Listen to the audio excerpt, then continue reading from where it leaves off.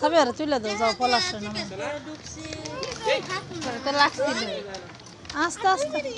আর 2 minute 2 minute না 1 minute কি বলি 1 সাবিয়া সাবিয়া এদিকে যায় না সুফিয়া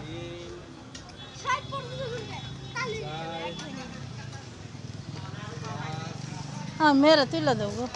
পলাশ নামো এখন আমি নাম গা চালু চালু এ কি বসে থাকবো নাকি গরম লাগছে সাবিয়ার বাবা আসো তো ভালো লাগতো চলো